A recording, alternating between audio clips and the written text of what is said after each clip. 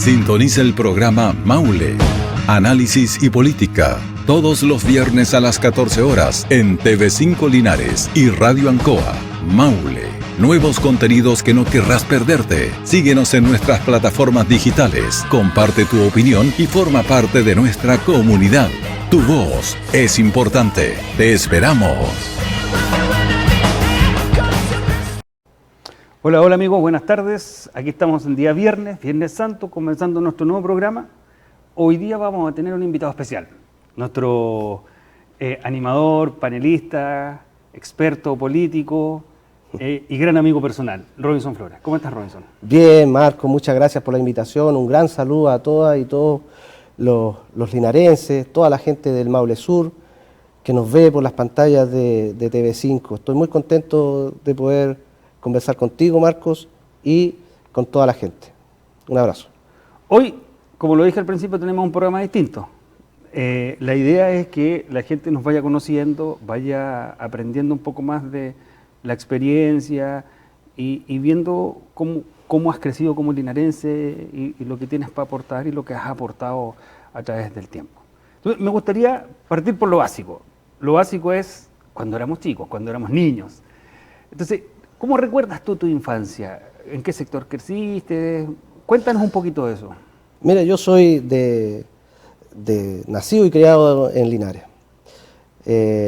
Mi infancia fue mucho de jugar con amigos, mucho de jugar a la escondida, a la pilla, a la escondida, al tombo, a la pelota, mucho fútbol, mucho fútbol en la cancha de ahí de la Víctor Zavala. Mi infancia fue muy de salesiano. Yo estudié prekinder a octavo en salesiano. Ahí estuve con profesora emblemática, con la tía Marcela, por ejemplo, que le mando un saludo. Y la infancia en el colegio salesiano era muy atractiva porque no habían tantas rejas como hay ahora. Entonces uno tenía acceso a ir a donde están los chanchos, donde están las vacas, donde están seleccionando huevos, y también había muchas actividades. Participaba de todo yo, fútbol, participaba de básquetbol, voleibol. Yo recuerdo un bosque que hubo ahí durante mucho tiempo. El bosque era tan bonito. Había una piscina. Yo me alcancé a bañar en esa piscina cuando era muy chiquitito. Yo no pude verlo. Es que éramos muy de salesianos porque ahí también estudiaron mis hermanos mayores. Ah, ok. Entonces yo me bañé en esa piscina. Y también habían otras actividades en el colegio en las cuales participé. Ahora estamos en Semana Santa, ¿cierto? Y yo por muchos años, como de quinto a octavo, fui acólito, monaguillo. ¿Andabas con esa túnica? Sí, ayudábamos a los curas. Repartiendo incienso, ¿no? A los padres, sí, conocí muchos sacerdotes. Y también estábamos en el Club Domingo Sabio. Domingo Sabio. Sí. Fue un tiempo... San Domingo Sabio. Sí, San Domingo. Fueron tiempos muy entretenidos. Tengo muy buenos recuerdos. Había un cura, Padre Sánchez, el Padre Sánchez que andaba en una motoneta. Sí. Para todos lados. La motoneta. En una motoneta, y cuando uno se portaba bien... La prestaba, sí. Claro, sí. Era muy entretenido. ¿Tú tuviste esa experiencia con esa motito? Sí, porque el Padre Sánchez era el padre que era scout. Exacto. Y fuimos muchos años scout. Bueno, ahí te conocí. Marcos. Y fue un momento muy bonito con los scouts. Fuimos a campamento en todos lados. Conocimos mucho la cordillera de Linares, mucho. Con los scouts o con amigos de scouts hacíamos viajes organizados, viajes particulares entre nosotros. Fui hasta la Laguna del Dial, conocí todo lo que es los cajones de las lástimas, la ánima. Eso ya cuando era un poco más adolescente ya, Claro, ¿no? claro, que en enseñanza media. ¿Dónde estudiaste? En enseñanza media me fui, en octavo terminé salesiano y me fui al Liceo Jim. Soy del Liceo Jim. Juan Ignacio Molina. Juan Ignacio Molina. Y bueno, yo llegué el año que llegaron también las mujeres. Ah, no, entonces, yo soy un poquito más viejo entonces, porque sí. A mí me tocó el Liceo de Hombres. Yo era abate claro. Juan Ignacio Molina, antes que se transformara en Jim. No, nosotros ya... Me tocó también ese proceso de la Yo desde fusión. primero tuve compañeras, de inmediato. Fueron tiempos muy bonitos, el fútbol, los temas del liceo, los beneficios que hacía el liceo, fiestas, ¿cierto? Los fines de semana. Era muy bonito. Y durante esa etapa adolescente, que lo pasábamos todos súper bien, ¿Fue solo carrete o hubo un poco más de servicio? Yo recuerdo que eran tiempos de avanzada, eran tiempos de clan, eran tiempos de pionero, hablando de los scouts. Y en mi caso me tocó mucho hacer servicio. Servicio era cuando íbamos a ayudar para lo que sirviera. Ahí nació, fue naciendo desde chico y después ya definitivamente me dediqué a fortalecer grupos scouts, fui dirigente, trabajé mucho en lo que en la formación de un nuevo grupo, el Pilocoyán, tuve cargo en el distrito, entonces era un tema de ayudar a los demás, a personas niños y jóvenes, ¿cierto? Y adolescentes que no tenían las posibilidades de tener unas vacaciones, personas que generalmente se manguereaban o abrían un grifo, cosas así, organizar y llevarlo a un paseo por varios días. Los campamentos eran por 7 días generalmente, y llevábamos más de 100 personas, apoderados, niños, niñas, también adolescentes, habían dirigentes, mucha gente que se fue formando alrededor de nosotros también, y que fue también tomando el ejemplo siempre ayudando a la comunidad. Y decían, bueno, como Robinson fue a la universidad, a lo mejor yo también puedo, y se fue dando eso, muchos me lo han agradecido varias veces, reiteradas. Sí, siguen el ejemplo. Sí. Hablando de universidad, tú entraste a la Universidad de Talca. Sí. Y, a ver si mal no recuerdo, el campus Curicó, y tú eres ingeniero. Sí, yo soy ingeniero civil industrial. ¿Y por qué eso? A ver, porque el perfil que te teníamos, yo recuerdo como amigo, es súper distinto. Y de repente, ingeniero civil industrial. ¿Qué te llamó la atención y cuál fue tu principal desafío para poder ir a estudiar? Porque no solo la anécdota de, claro, entraste a estudiar ingeniería civil industrial, pero el hecho de ser universitario lejos tiene una serie de desafíos. Claro. Cuéntanos un poquito de eso. Claro, mira, cuando entro al liceo, a primer año del liceo, fue pensando en ir a la universidad. De inmediato, no me fui al Politécnico ni al Comercial, por ejemplo, porque tenía pensado ir a la universidad. Y cuando estaba en cuarto año medio, hice un intensivo en Cervantes. Era entretenido Cervantes. Sí. Preuniversitario Cervantes, para los más antiguos que ya no existen. Claro, no existe. Y yo iba vestido de uniforme al preuniversitario. Muchos iban a cambiar a la casa, no sé, pero yo iba de uniforme y tenía que almorzar por el centro. Entonces, cuando yo estaba en el preuniversitario, tenía ganas de estudiar arquitectura. Okay. Esa era mi idea. Tu norte. Claro, algo como con construcción, pero como tenía facilidad para el dibujo y esas cosas, quería estudiar arquitectura. Y después, cuando ya di la prueba, había en el liceo entregaban como un servicio de que tú ibas con tus puntajes y te pasaban por un computador. Y te decían, muy bueno, era pionero en ese tiempo. Claro, y te decían más o menos en qué podíais quedar. Ok. Te hacían un análisis de todo. O sea, tú no estás muy fijo, pero sí tenías la idea fija de ir a la universidad. Claro. Igual, el puntaje en matemáticas fue bueno, y fui el más alto del liceo en matemática específica también, y en física. En esos dos fui... ¿Te fue muy bien? No me fue muy bien, pero fui el... ¿Te fue bien? Me fue bien. Fui el más alto del liceo y... Ya, pero eso es muy bien. No, si no era tanto, el liceo no tenía altos puntajes. Dentro de tu universo fue excelente. Claro.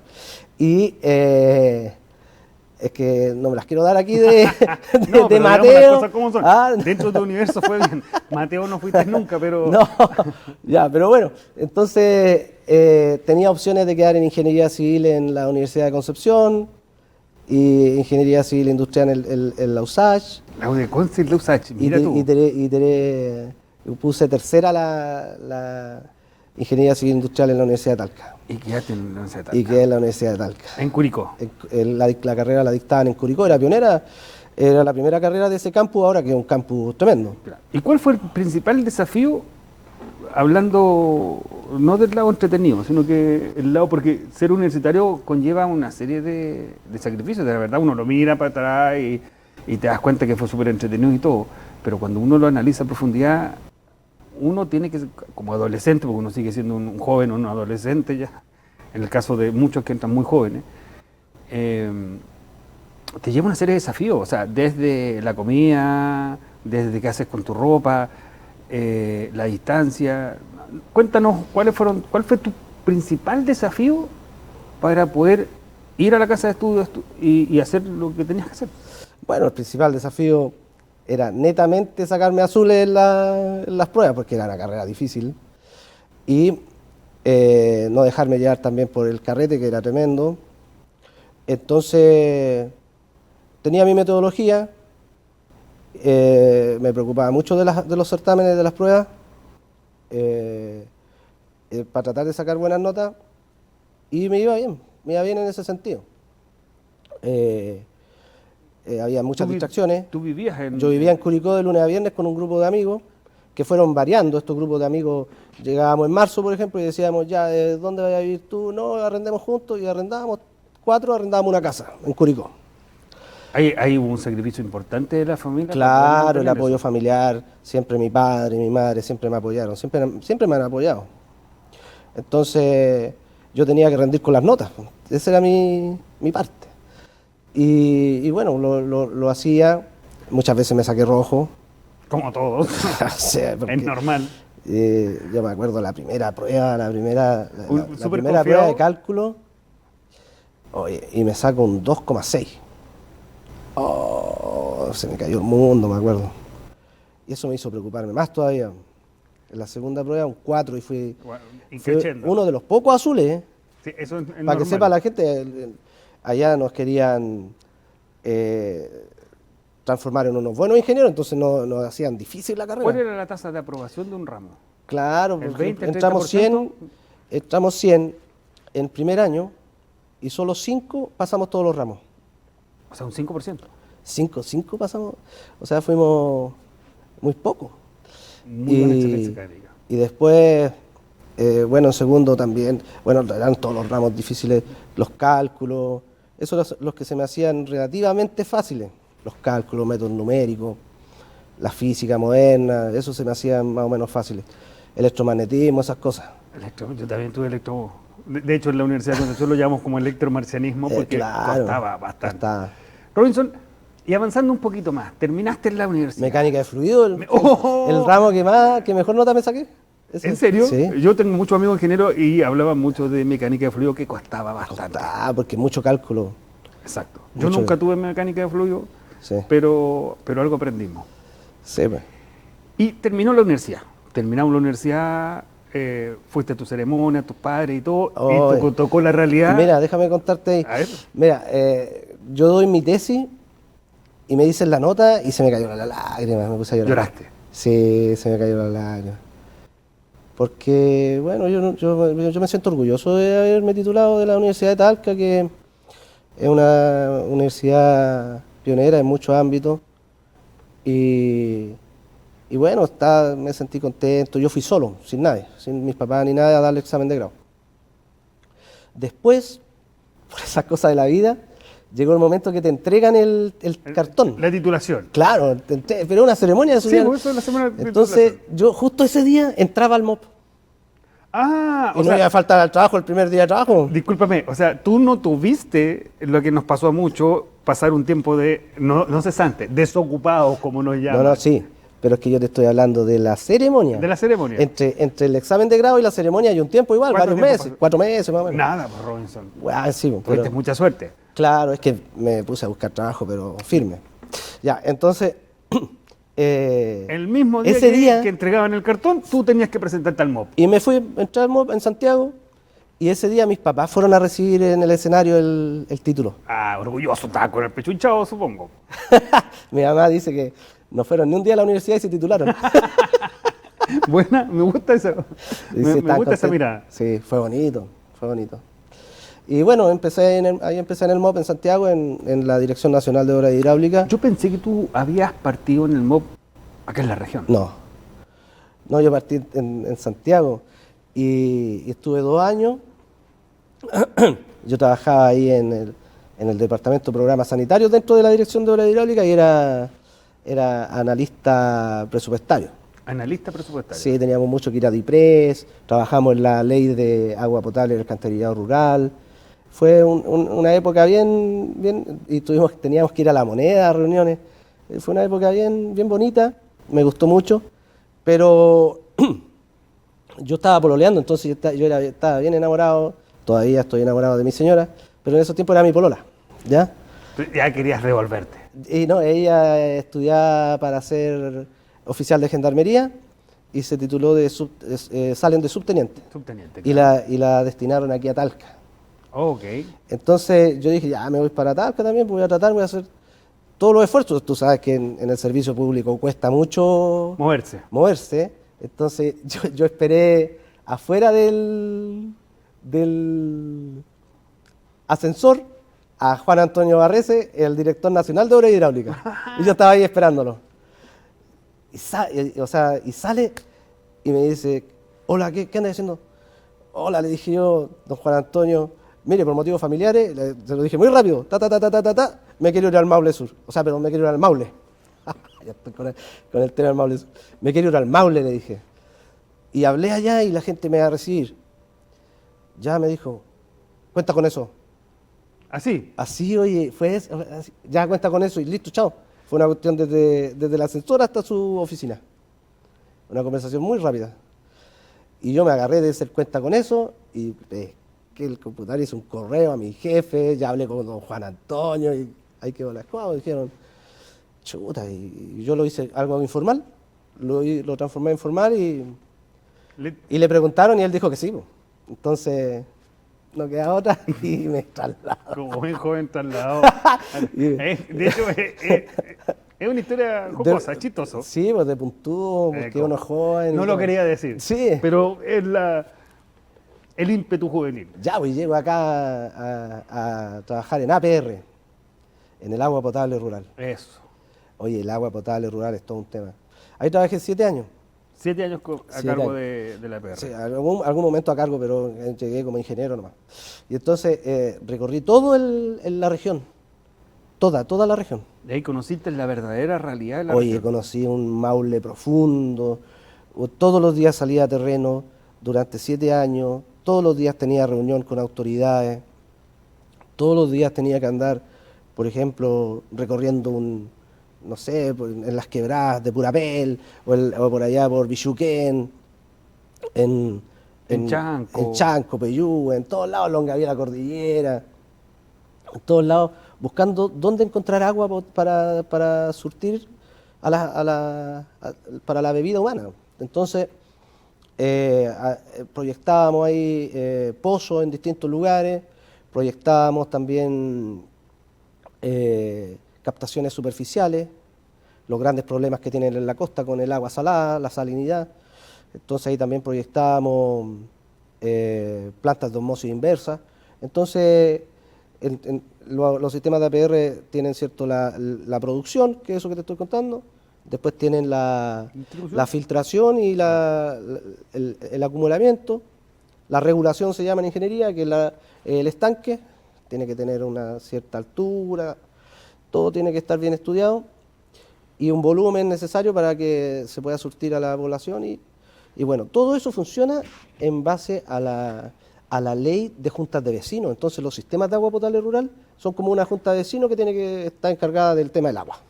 Y eso, después de esos 7 años de experiencia, te llevó a que, posterior a esos 7 años, te nombraran Seremi de Obras Públicas. Ah, claro, ya eran 9 años en el MOP. 9 años, contando o sea, Santiago. 9 años ya. Contando Santiago. ¿Ya? Entonces, ya tenía también mi bagaje político al interior de la democracia cristiana. En esos tiempos yo era vicepresidente regional de la democracia cristiana. Y ahí estuve bien, digamos, apoyado, porque con esto del agua potable rural yo conocía a todos los parlamentarios, a todos, de derecha, izquierda, a todos los alcaldes, a todos, o no a todos, pero a muchos concejales, y por supuesto que a la gran mayoría de los presidentes de comités de agua potable rural de la región. Un saludo para todos. Entonces, en ese tiempo el senador Saldívar me Me convocó a su oficina, conversamos, otros parlamentarios importantes como Roberto León en Curicó y como Pablo Lorenzini. Entonces me dijeron que yo tomara este desafío y que fuera el Ceremi de Obras Públicas. O sea, fue un desafío político y a la vez muy técnico. Porque yo recuerdo que durante tu trayectoria lograron salir adelante bastantes obras emblemáticas. Muchos proyectos. Pero déjame terminar lo último. Entonces, como tenía la parte técnica, la de la ingeniería, era de adentro del MOB y además era político de la zona, entonces la presidenta Bachelet me nombra Ceremi de Obras Públicas, que es un gran orgullo, una tarea tremenda, titánica, y como dices tú, se trata de muchos proyectos, con lo cual yo quise equiparar la balanza en el Maule Sur, porque yo veía que acá había poca inversión, siempre lo traté de hacer en agua potable rural, poner hartos proyectos elegibles de acá del Maule Sur. Entonces me dediqué, por ejemplo, a crear edificios. Edificios acá en el Maule Sur se han creado en la historia muy poco. Y desde que yo dejé de ser Ceremi, solo el hospital que se está haciendo ahora. El Hospital de Linares. Claro, cuando fui Ceremi yo licité la Universidad de Talca. Aquí, al lado de Salesiano. Ya, y fue muy valorado eso porque yo, como joven, tuve que emigrar de Linares. Claro. Pero cuando ya tuve el poder político, el poder de decisión, de la toma de decisión, prioricé ese proyecto y lo llamé a licitación. Sí, aunque había tenido unos problemas el proyecto, en Contraloría, todo. Salvamos hicimos todo el esfuerzo. Fuiste tosudo hasta que lo sacaste. Hasta que salió. Luego el DECOSAL, el Departamento Comunal de Salud de acá de Linares. También es tuyo. Claro, yo participé en esa construcción y en todo lo que es la parte final también, entrega y todo. El puente de Colbún. Puente de Colbún también es en su momento fue el segundo puente más largo de Chile. Después tienes el edificio de la Fiscalía Local de Linares, ese lo licité yo también. Puse la primera piedra con Sabachaguán. Después está el edificio de la PDI, de la Policía de Investigaciones. Y también está el cuartel de los bomberos de calle Chorrillo. Y más hacia la costa, más saliendo de Linares. Yo recuerdo que alguna vez en unas conversaciones me hablabas de los pescadores, lo difícil que era, porque yo te proponía, decía, oye, pero ¿por qué no hacemos un muelle, hacemos algo acá? Y tú me diste una explicación súper técnica que en su momento me quedó súper claro, que al final era por la distancia, porque el mar en nuestras costas no es tan plano, es como muy quebrado, entonces es demasiado alto el costo, el proceso de generar un muelle. Claro, los pilotes tienen que hincarse muy profundo. Mira, entonces... y ahí arreglaste un tema con los pescadores. Con respecto a los pescadores hicimos proyectos de caleta. El caleta Aduado, aumentamos la explanada es donde está el lugar de trabajo, en donde se quedan estacionados los barcos. Okay. También en la caleta de Peyúgue. Ahí también hicimos un mejoramiento y ampliación bien grande. Ahí se amplió la caleta, se hicieron también una especie como de oficina así para que los trabajadores entreguen sus productos y ahí los mismos los puedan, los pescadores entregan los productos y ahí mismos los pueden trabajar, limpiar, poner en caja, etc. Entonces hicimos buenos proyectos y además que me tocó presentar un proyecto bien grande, no un proyecto, sino un grupo de proyectos que fue un convenio de programación de camino. Eso es muy importante.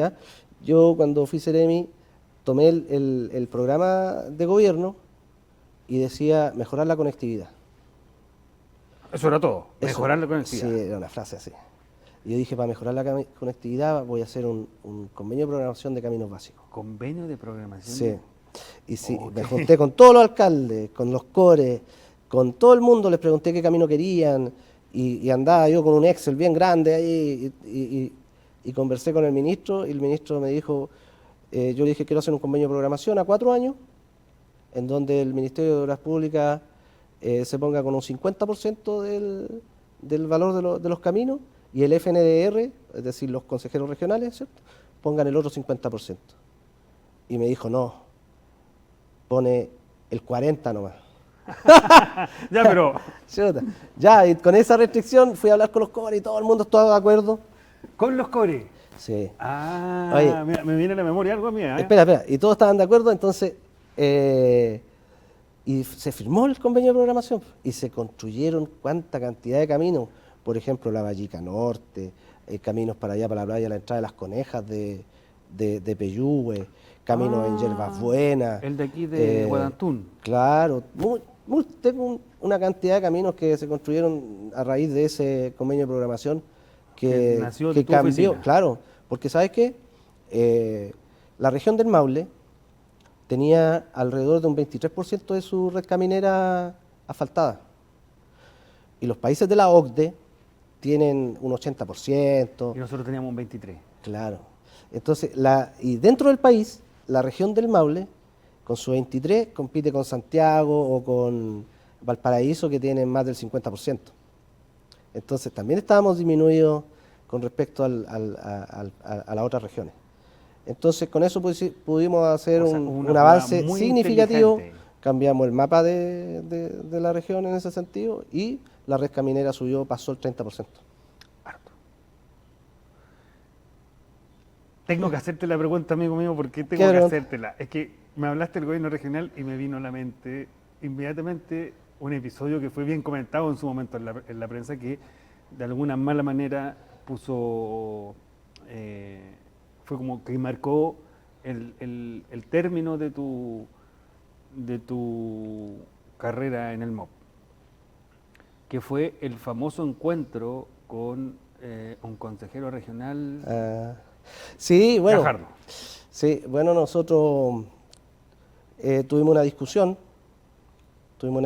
en el patio, pero el patio era la terraza, entonces fue en el patio del core y esa discusión después se habló de golpes, se hablaron de cosas, pero no fue nada de eso. De hecho, él lo dice en una declaración. Sí, vi la declaración Sí, aquella. él lo dice. Pero Y la verdad. Esa es la verdad, sí. No hubieron golpes y fue solo una discusión.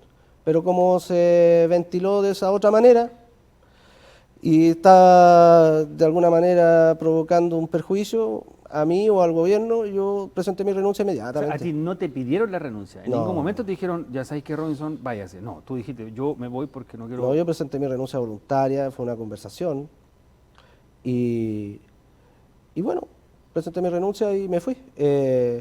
Porque los cargos estos son cargos que no son de uno, no son como heredados, ¿no? Son cargos que uno tiene que ejercer y mientras fui seremi de Obras Públicas, sepan todos que lo hice con total dedicación, con mucha energía, con mucho entusiasmo y lo hice para levantar la infraestructura de la región. Entonces, estoy satisfecho por mi paso por el MOP. Fueron 10 años extraordinarios dentro de mi carrera como ingeniero.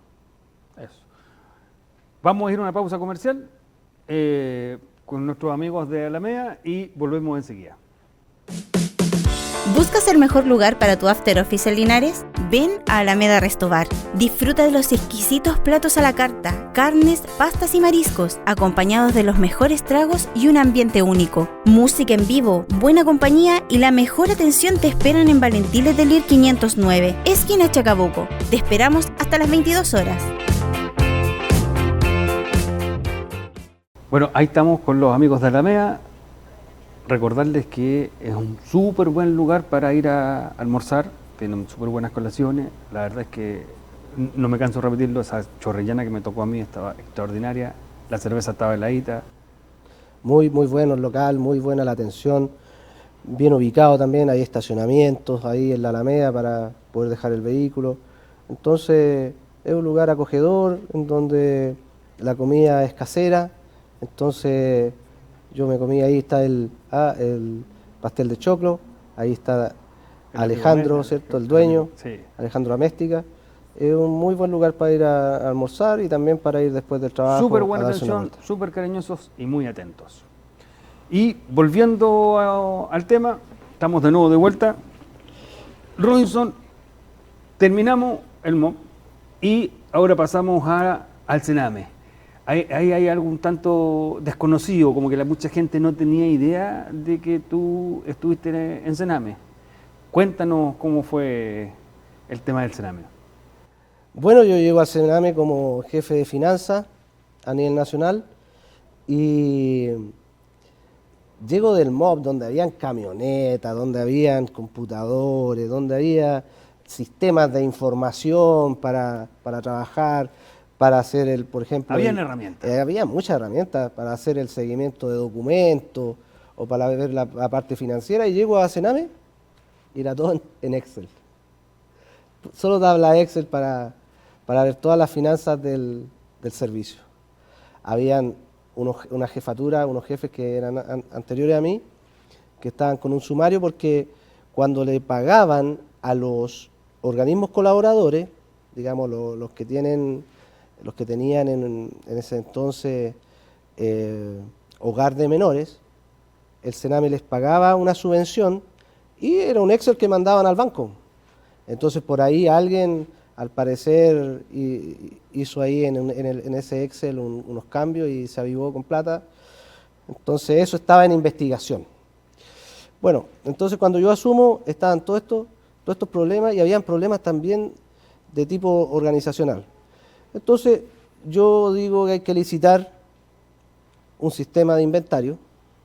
No había sistema de inventario. No había sistema de inventario. Todo en Excel, todo en Excel. Un sistema Súper vulnerable. Claro, la bodega había que ordenarla, una bodega nacional gigante como un gimnasio, y nadie sabía lo que había. Entonces, cada uno de los centros en todo el país y también las direcciones regionales no tenían sistema de inventario. Entonces, licitamos la confección de un módulo, de un sistema de inventario, el cual pudo ordenar el asunto, los inventarios, pudo ordenar todo lo que es, también se compraron impresoras para imprimir los códigos de barra que van en las mesas, en las sillas, en todo, ¿cierto? Los bienes. No había nada. No había nada. Y después unos lectores de código de barra que se comunicaran con el computador del funcionario que hacía eso a través del sistema, y todo se hizo un inventario nacional. Entonces, eso también... Tiene que haber sacado roncha varios. Eso también pasaba, como te comenté recién, en el pago de los prestadores. Entonces, ahí también yo hice la licitación de un módulo para un módulo financiero. ¿A modernizar? Claro, el módulo financiero para que nadie tocara el archivo que va al banco. Entonces tenía que ser había que poner más probidad, y además, bueno, ahí tuvimos reuniones con los gerentes del Banco Estado, fue todo un cuento para poder hacer un pago web to web, ¿ya? Entonces, por sistema sale la información ahora al banco y el banco paga al organismo colaborador. Las atenciones, de acuerdo, porque las atenciones de los niños son diversas. Eso es un adelanto significativo en un servicio. Claro, entonces eso fue acompañado de otra cosa. Que cuando yo llego, yo estaba sentado, llegaba una funcionaria, llegaba otra a mi oficina, otra, a hablarme de todos los temas sueltos, todos los temas en particular. Entonces yo definí 5 unidades. 5 unidades. La de inventario, presupuesto, proceso y pago, la tesorería y contabilidad. Esas 5 unidades, y puse a la cabeza de cada una de esas 5 unidades al líder natural o la lideresa natural que había en ese entonces. Entonces yo después tenía reunión todos los lunes con las jefaturas, y las jefaturas trabajaban con su equipo, y ahí íbamos distribuyendo las fuerzas laborales del departamento en general. Entonces, suma eso con de los sistemas de información, el mejoramiento con resolución, ¿cierto?, de la parte de recursos humanos, la organización, y además contratamos o compramos módulos para poder subdividir la planta, que era una planta abierta, se subdividió y quedó todo más ordenado. Entonces ahí ya había como una estructura. Y eso fue un gran avance igual porque lo valoraban, y lo valoraba yo, que no tenía que recibir a todos los más de 30 funcionarios, sino que trabajaba con las jefaturas que habíamos puesto. Tanto tiempo, tantos años que habían pasado y se mantenían trabajando de una manera Artesanal. súper artesanal. Súper artesanal. Era increíble, era muy precario. Ahora, eso fue después de estar en Talca, volviste a Santiago. ¿Qué te hizo volver a Santiago? Si este cargo fue en Santiago. Claro. Entonces me fui a trabajar para allá y llevé toda la familia. Te movió solo el trabajo, pero te fuiste con toda tu familia. Con toda la familia. Nos fuimos a vivir a Ñuñoa, vivíamos en Irarrázaval con Hamburgo, bonito barrio. Los niños estudiaban en el Colegio Santo Tomás de ahí mismo, que después cambió a Manquecura. Teníamos la vida de departamento, vivíamos en un departamento y teníamos nuestro sistema de vida bastante bonito. Es que Santiago para los provincianos, para un provinciano como yo, es súper entretenido. Hay un montón de cosas que hacer, múltiples actividades. Además que allá también yo en la semana almorzaba con distintos amigos de la política, distintos ex compañeros de universidad. Entonces era atractivo. Y el cargo que tuvo mi señora allá también fue bonito, porque ella fue como jefa de UTP, los jefes de UTP de los colegios, pero de la escuela de gendarmería. Ah.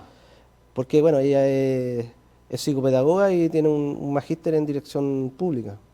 Entonces ella tiene toda esa preparación para poder enseñar, ella estaba a cargo de los profesores, de los instructores. Bonito eso de que tu familia siempre te acompañe, crezca contigo, Claro. Todos crecen juntos, se van abriendo nuevas oportunidades. Claro, y después ya vino la pandemia. Y la pandemia nos tuvo encerrados meses.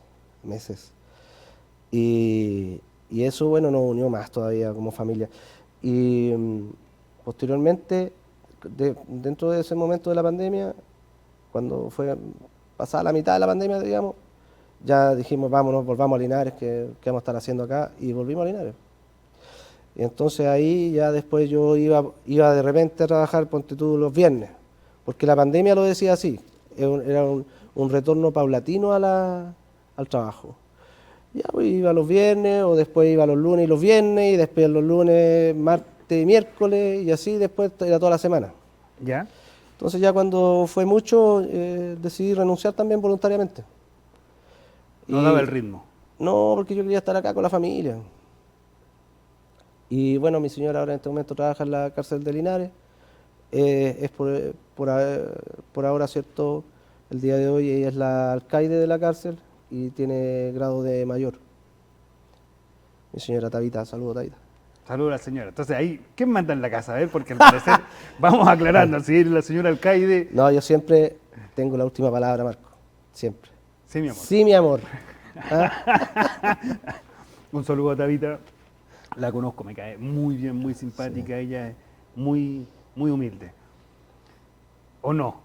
Sí, pues. Por lo menos lo que yo veo. Que ella tiene también su carácter en su trabajo y es un trabajo fuerte ese trabajo. Estaba pensando en eso, es un trabajo. Entonces, ella es dócil conmigo, ¿cierto? Como pareja y como mi esposa.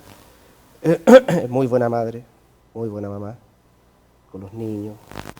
pero tiene su lado también Es que fuerte. tiene que tener un carácter fuerte, me imagino Claro. que la cárcel... Imagínate las personas que están ahí. Exacto. Bueno,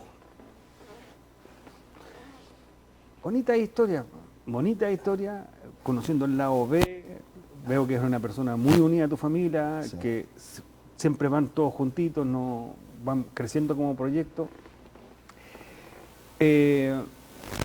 Nosotros siempre conversamos en minutos de tertulia, como lo hicimos anoche, por ejemplo, que estuvimos hasta tarde conversando, tratando de reparar un poquito el mundo. claro, es que estuvimos también con comunicadores, con gente de las comunicaciones, sí. ¿Sí?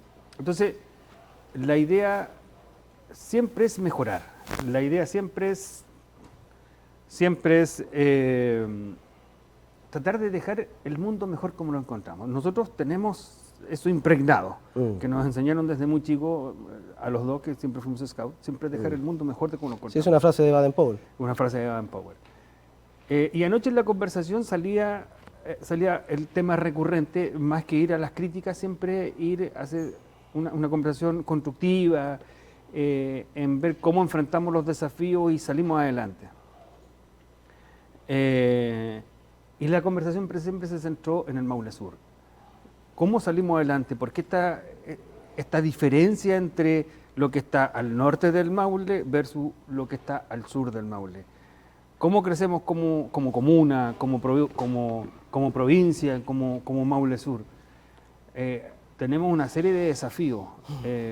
Cuéntanos un poquito, tú que tienes mucha más experiencia que yo y mucha más experiencia que el resto, ¿cuáles serían algunas de las medidas que nos podrían permitir crecer como Maule Sur, crecer como provincia de Linares, la provincia de Cauquenes, que está muy abandonada? ¿Cómo crecer en la zona costera, en zonas rezagadas? Yo sé que te pongo en camisa de once varas, pero siempre hay pequeñas acciones que ayudan a crecer, para tener una economía social, una economía que permita que, sobre todo los pequeños, puedan crecer y estar bien. Bueno, para crecer, tú eres emprendedor y sabes que un restaurante, por ejemplo, si quiere crecer, debe tener mayor capacidad instalada. Si tiene 4 mesas, tiene que crecer a tener 8 mesas. Y si quiere llenar esas 8 mesas, tiene que hacer publicidad, tiene que tener una buena atención, buenos productos. Entonces, pasa lo mismo con las regiones, con las provincias, con las ciudades. Nosotros como Maule Sur debemos aumentar nuestra capacidad instalada. Nuestra capacidad instalada es limitada hoy día. Hablábamos el otro día en un programa con Rolando Rentería y hablábamos, cierto, que falta la construcción del aeródromo. Sabemos que no vamos a tener vuelos internacionales, pero sí nacionales. Entonces hay que avanzar en esa línea. Hay que proyectarse a 20, 30 años. Hay que aumentar la capacidad instalada de todo lo que es nuestra precordillera y cordillera. Hay que sacarle provecho. Hay que sacarle provecho, hay que aumentar nuestra capacidad instalada en Cauquenes. O sea, en capacidad instalada, ¿podríamos alguna vez soñar y decir, Y tener también- una cancha de esquí? Claro, también tenemos que aumentar nuestra capacidad instalada en la costa, en donde las caletas rápidamente van quedando chicas, en donde falta mayor capacidad de gestión con las cuotas de pesca, hay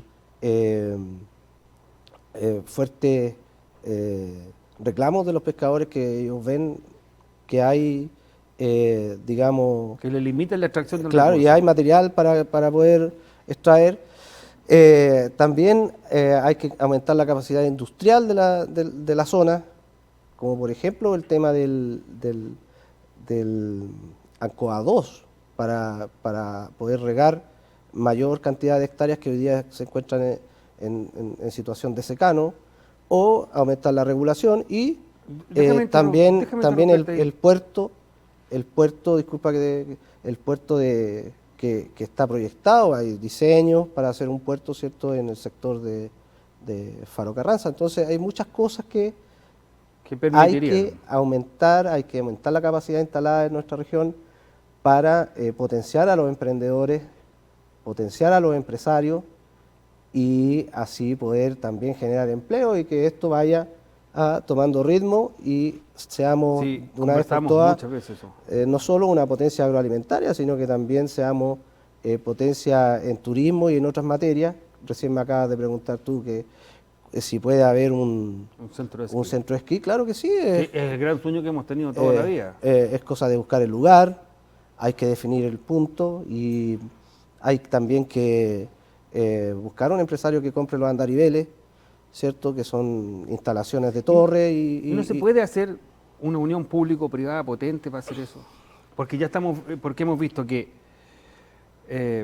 desde lo público no hay mucho interés, desde lo privado tampoco, pero el generar una unión público-privada y que funcione como Chillán, que en sí las canchas pertenecen a la municipalidad, creo, pero son administradas mediante un sistema de concesión por un privado, lo cual es súper atractivo, porque mantienen los andariveles nuevos, está el tema del hotel, hay una serie de cosas. Nosotros podríamos lograr eso acá, que hay varios lugares que son bien potentes. Tenemos Claro. el tema de la Laguna del Maule, tenemos... Lo primero que tenemos que hacer es mejorar la conectividad de nuestro cajón de Achigüeno.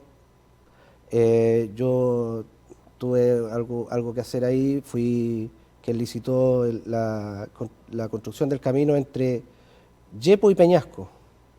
Ese cemento, ¿cierto?, que se hizo ahí, se hizo en mi periodo como en el Ministerio de Obras Públicas, y hicimos un mejoramiento en tierra, siempre en tierra, cortes de cerro, mejoramiento en tierra, ¿cierto?, mucho volumen sobre el camino hasta el kilómetro 50, que es Vado Azul. El camino llega hasta el kilómetro 50, la tuición de vialidad.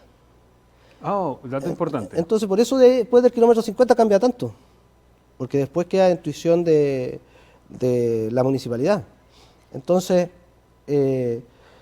hay que cambiar esa situación, aumentar la tuición de vialidad, por ejemplo, hasta donde llega el camino, llega, ¿cierto?, hasta la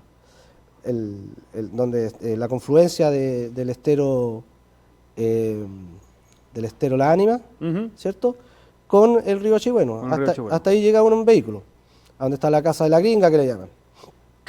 Claro, hay caminos privados, pero sí, tú no puedes Ya. llegar en vehículo hasta ahí. Entonces, si es el camino enrolado, llegada hasta allá, sería de tuición de vialidad y estaría bajo la global.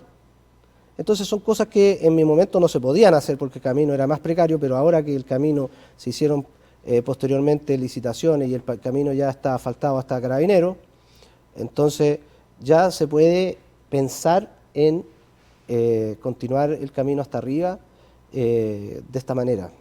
O sea, es una visión Entonces, si factible. tú tienes conexión, ¿ya? Porque me hablaste de Chillán, y en Chillán el camino llega hasta la misma... La cancha. Claro. Entonces, si tenemos un buen camino, como también pasa allá en Corralco, bueno, ¿para qué vamos a decir en Santiago, en los centros Chapa de esquí? Verde. Claro, llega a Colorado, uno llega a todos lados con Pucón, cemento. Villarrica, Claro. sí. Entonces, si pudiese estar esa posibilidad de avanzar también hasta a donde la confluencia del estero La Gloria con el río Achigüeno, con camino hasta ahí, yo creo que de ahí para allá sí podría haber un centro de esquí. Yo creo que en esa zona puede ser. Bueno, a algunos ambientalistas no les gustará, eso es un debate que hay que Siempre hacer. hay una solución para todo. Claro, pero si queremos tener acceso o de alguna manera, no sé, por decirlo así, dar posibilidad a que la gente conozca la nieve, porque mucha gente vive en Linares y no conoce la nieve. Lo conversamos el otro día. Y son eso- de la edad nuestra algunos y no conocen la nieve Exacto. teniéndola ahí mismo. Siendo un Entonces- país con mucha nieve, deberíamos ser incluso, yo me atrevo a soñar un poco más allá, ser potencia mundial en Olimpiadas de invierno, en deportes de invierno. Tenemos la materia prima para tener excelentes esquiadores. Entonces, lo mismo que pasa en Pucón que tú dijiste, que inclusive en verano uno se sube al Andarivel para ir a ver el volcán. Exacto. Aquí uno se podría subir al Andarivel para llegar a la laguna del Achigüeno, por ejemplo. ¿A Laguna del Dial? Claro, tienes No, razón. no la del Dial, la de Achigüeno. Ah, la que está un poquito más allá, tienes Claro. razón. Entonces, son temas que hay que trabajar. Esto lo estamos diciendo ahora porque somos visionarios, no porque algo que se pueda hacer desde un momento a otro. No, esto es pero un son proyecto, pasos que hay que seguir. Pero la idea es que la gente entienda que si pensamos un poco más allá, que si nos proyectamos a 10, 15 o 20 años, vamos a poder crecer. Ahora, ¿por qué ¿Por qué no vamos a poder tener, por ejemplo, un paso así bueno para Claro, llegar a Argentina? por supuesto. El paso Vergara en Curicó es en tierra. El paso Vergara yo lo he recorrido completo y hubieron momentos que estaba muy mal, muy mal. Entonces, nosotros podemos seguir con nuestro camino hacia arriba. Podemos llegar a, inclusive de la laguna del Achigüeno, pasar a la laguna del Dial y ya después pasar el volcán Rezago y llegar a Argentina. Porque Argentina ahí está Pichipeumo o algo así se llama, yo estaba ahí y ahí ya hay un camino de la red caminera argentina. Mira, o sea, soñar que Maule Sur, que el Maule Sur crezca, que crezca con la balanza equilibrada con respecto a nuestros vecinos, que tenemos una potencialidad enorme, se puede. Hay que proyectarse más tiempo, pero así se puede. como lo hicieron la Comisión Paso Pehuenche, que llevan más de 50, 60 años trabajando en el tema y ya tienen un camino que es prácticamente transitable durante casi todo el año, solo se escapan ahí detrás de la laguna hasta la Cuesta La Zorra y ahí hay una verdadera cubeta en donde se posa la nieve y se transforma en hielo, entonces ahí hay que hacer unos cobertizos como los que hay en el Paso Internacional Cristo Redentor, los Libertadores, ¿cierto? Son cosas que hay que ir mejorando aquí en la región para poder aumentar la conectividad. Y también podemos soñar nosotros con un paso así bueno. O sea, el mundo de posibilidades es enorme. Podemos tener un Ancoa 2, como lo mencionabas tú, que sería muy potente para la agricultura, para la agroindustria, pero principalmente para los pequeños, que son hoy día los que tienen mucha dificultad para acceder al agua. Eso lo conversábamos ayer, que para mí sería un sueño que este Achigüeno 2 fuera no pensado para aumentar la red que está, sino que para los nuevos. Claro, los es que pequeños, aquellos que tienen 1 o 2 hectáreas y que no tienen derechos de agua y que quieren hacer que sus campos sean productivos. Estamos hablando de la pequeña. Claro, es que el Achigüeno 2 todos los años embalsa. El Achigüeno en sitio original. Todos los años embalsa, en el invierno embalsa. Y tiene el túnel. Más que mal ese túnel son, por decir un valor, un orden de magnitud, unos 7.000, 8.000 millones de pesos. Entonces, no es tan difícil. En mis tiempos de Ceremi yo pedí que se hiciera una ficha IDI con ese proyecto.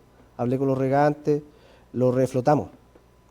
Ahora yo no sé exactamente en qué situación se encuentra, pero es un proyecto que es bastante importante que se debiese desarrollar. Pero yo sé que esta pregunta de repente la tienen mucho y yo la he hecho varias veces.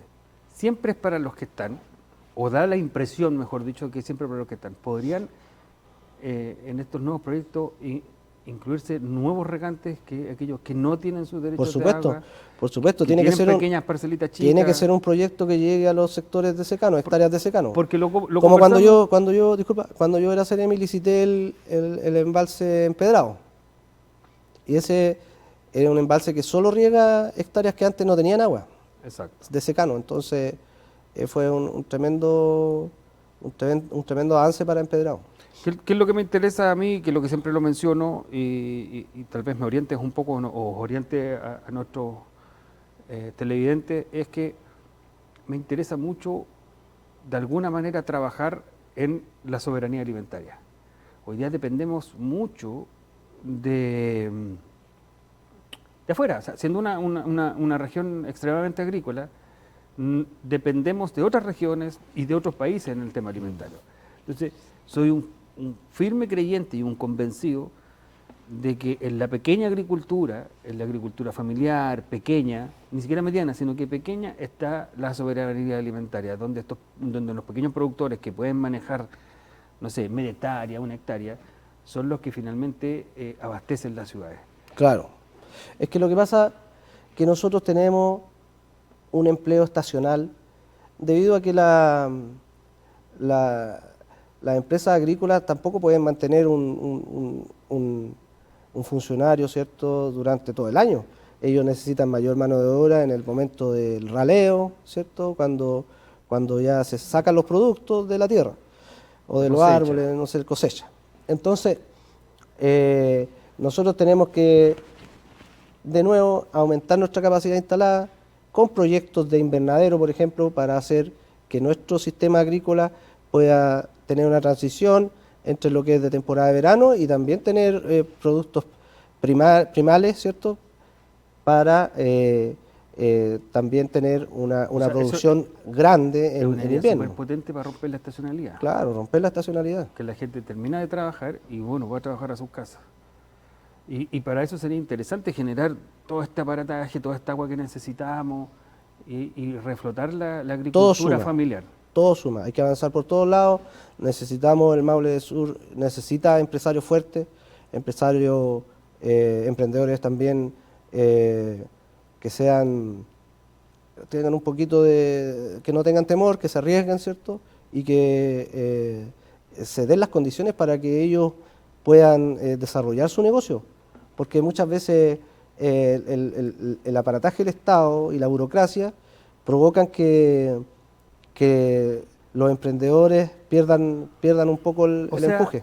Junto con toda esta visión, con todo esto que tenemos todos, que queremos mejorar y seguir creciendo como región, también necesitamos voluntad política. Voluntad política. Necesitamos una voluntad política tremenda, no solo ir a calentar el asiento a la oficina que te toque, ya sea el Senado, los diputados, los consejeros, los alcaldes, todos suman. Así que aquí va un tirón de oreja, entre comillas, porque si bien es cierto hacer la pega, pero falta el paso más allá. Yo creo que falta entregar las condiciones para que todo esto florezca y seamos capaces de tener un Maule Sur, esto es un sueño, un Maule Sur más desarrollado. O sea, podemos hacerlo. Claro. ¿Estás convencido de que podemos hacerlo? Sí. Yo estoy convencido. Yo estoy convencido que podemos hacerlo. Nosotros tenemos una buena cantidad de emprendedores, tenemos un empresariado que es jugado, que son que entregan oportunidades laborales y tenemos las cosas más importantes, que tenemos un muy buen suelo. Tenemos buenos suelos, buen tenemos clima, buenos lugares, sí, calor para que en el verano madure la fruta, por ejemplo.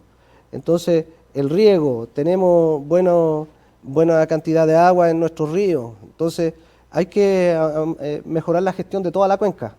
Contamos con lugares donde poder almacenar agua, podemos sembrar agua. Entonces, nosotros estamos privilegiados, tenemos un muy buen... La zona del Maule Sur es una zona muy bonita, que hay que potenciarla, hay que trabajar firme, debemos trabajar unidos para que nosotros podamos generar empleo y generar los recursos necesarios para poder también abastecer a nuestros clientes en el mundo entero. Entonces, dejemos esa tarea, dejemos la tarea esa a los televidentes de cómo podemos o qué es lo que tenemos que hacer para de una vez por todas que el Maule Sur despegue. ¿Por qué nos preocupa tanto el Maule Sur? Porque acá vivimos, acá tenemos nuestra gente, esta es nuestra tierra amada. De hecho, el programa nuestro se llama Maule Sur, por eso hablamos tanto del Maule Sur. Tenemos la ilusión de un día despegar, de dejar de ser el patio trasero de la región. Así que eso, con la ayuda de todos, yo creo que poniendo estos temas en boga, más que criticar, sino que ser positivos, aportar, ser constructivos, podemos avanzar.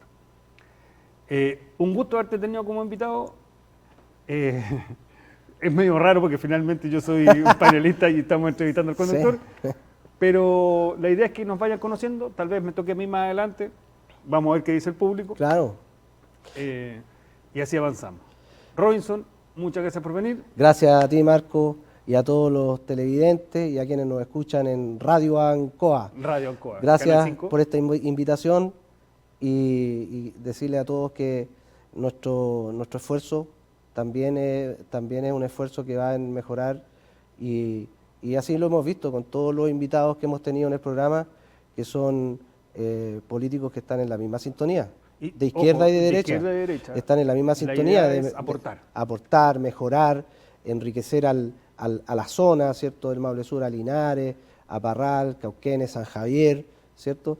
Entonces, Sí, hay que tomar a San Javier porque como que Claro. de repente se nos arranca. Se nos arranca San Javier, La Costa, Yerbas Buenas, ¿cierto? Retiro, todas las comunas, Colbún, Villalegre, y cuál se me está olvidando, Peyúgue y Chanco. Entonces, cuando nosotros nos preocupamos por todo, es cuando podemos decir que este es un Maule Sur que está integrado, que está fuerte y que somos capaces de tener un salto al desarrollo aquí en la región del Maule. Don Robinson, nos vemos la próxima semana. Feliz Viernes Santo para todos los niños. Feliz cacería de huevitos. Así que acuérdense de comprar sus huevitos para el día domingo. Así. Chao, Maule Sur. Chau, chau. Sintoniza el programa Maule. Análisis y política. Todos los viernes a las 14 horas en TV5 Linares y Radio Ancoa. Maule. Nuevos contenidos que no querrás perderte. Síguenos en nuestras plataformas digitales. Comparte tu opinión y forma parte de nuestra comunidad. Tu voz es importante. Te esperamos.